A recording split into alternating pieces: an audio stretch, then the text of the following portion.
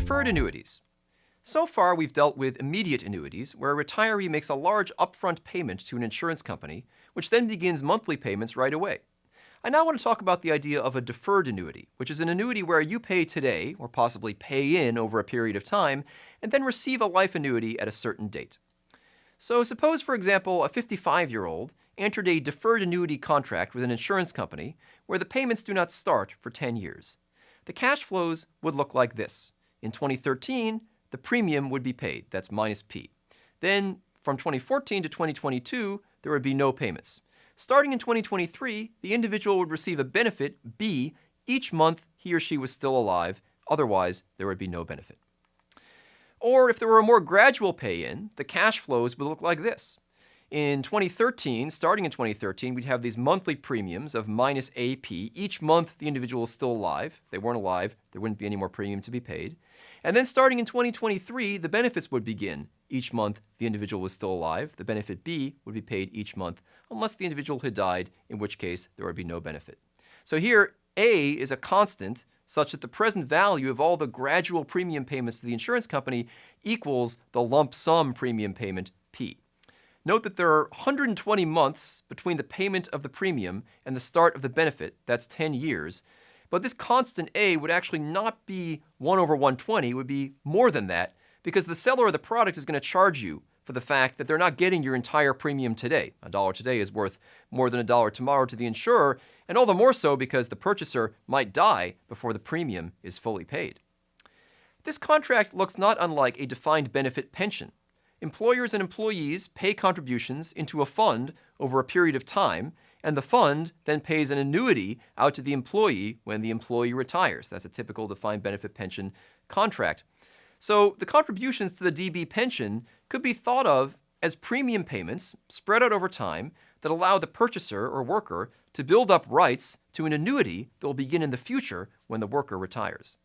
So if we want to get a sense of the cost of providing a guaranteed lifetime pension to somebody, the cost of providing a deferred annuity would not be a bad place to start. Another type of deferred annuity that has received some attention lately is the Advanced Life Deferred Annuity, or ALDA. An ALDA is nothing but a deferred annuity that you might purchase at retirement, but that doesn't start paying out until some advanced age, such as 85. So it has the same cash flows as what I just showed for the deferred annuity, but the purchaser is, say, age 65 and buying an annuity that starts at age 85. ALDAs are not currently widely available, due in large part to regulatory impediments, but an attractive feature of them is that they'll be substantially less expensive since they're only going to start paying out 20 years from the time of purchase, and even then they pay out only if the individual lives to 85, and even then, only for the remaining duration of the individual's life. By some estimates, the cost of this product, if competitively provided, would be around 1/10 the cost of an immediate annuity. So instead of the immediate annuity we saw in the earlier segment, which cost $100,000 in exchange for payments of around $500 per month for life starting at age 65, the cost of the ALDA would be maybe only $10,000 in exchange for payments of $500 per month, but those payments wouldn't start until age 85.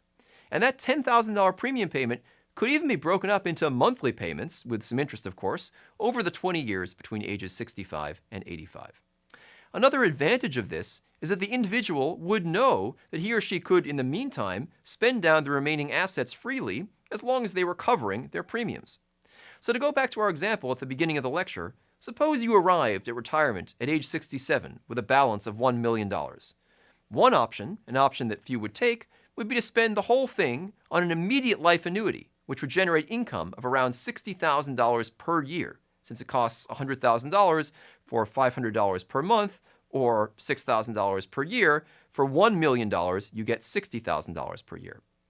But if each $6,000 per year for life after age 85 really only costed you $10,000, you could comfortably part with, say, $80,000 of your nest egg when you're 67 to buy this ALDA.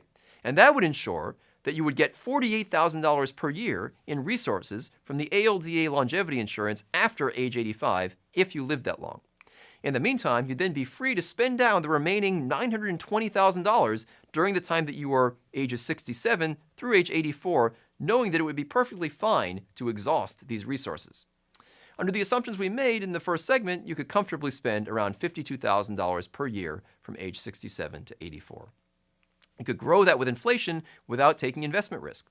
Compare that to spending $51,000 per year and planning to run out of assets for sure on your 87th birthday, and the ALDA looks like a pretty good option. In sum, deferred annuities allow the buyer to purchase longevity insurance that begins at some point in the future. There's been some recent excitement about advanced life deferred annuities, or ALDAs, because they could provide the longevity insurance while also allowing the retiree to retain control over most of his or her capital.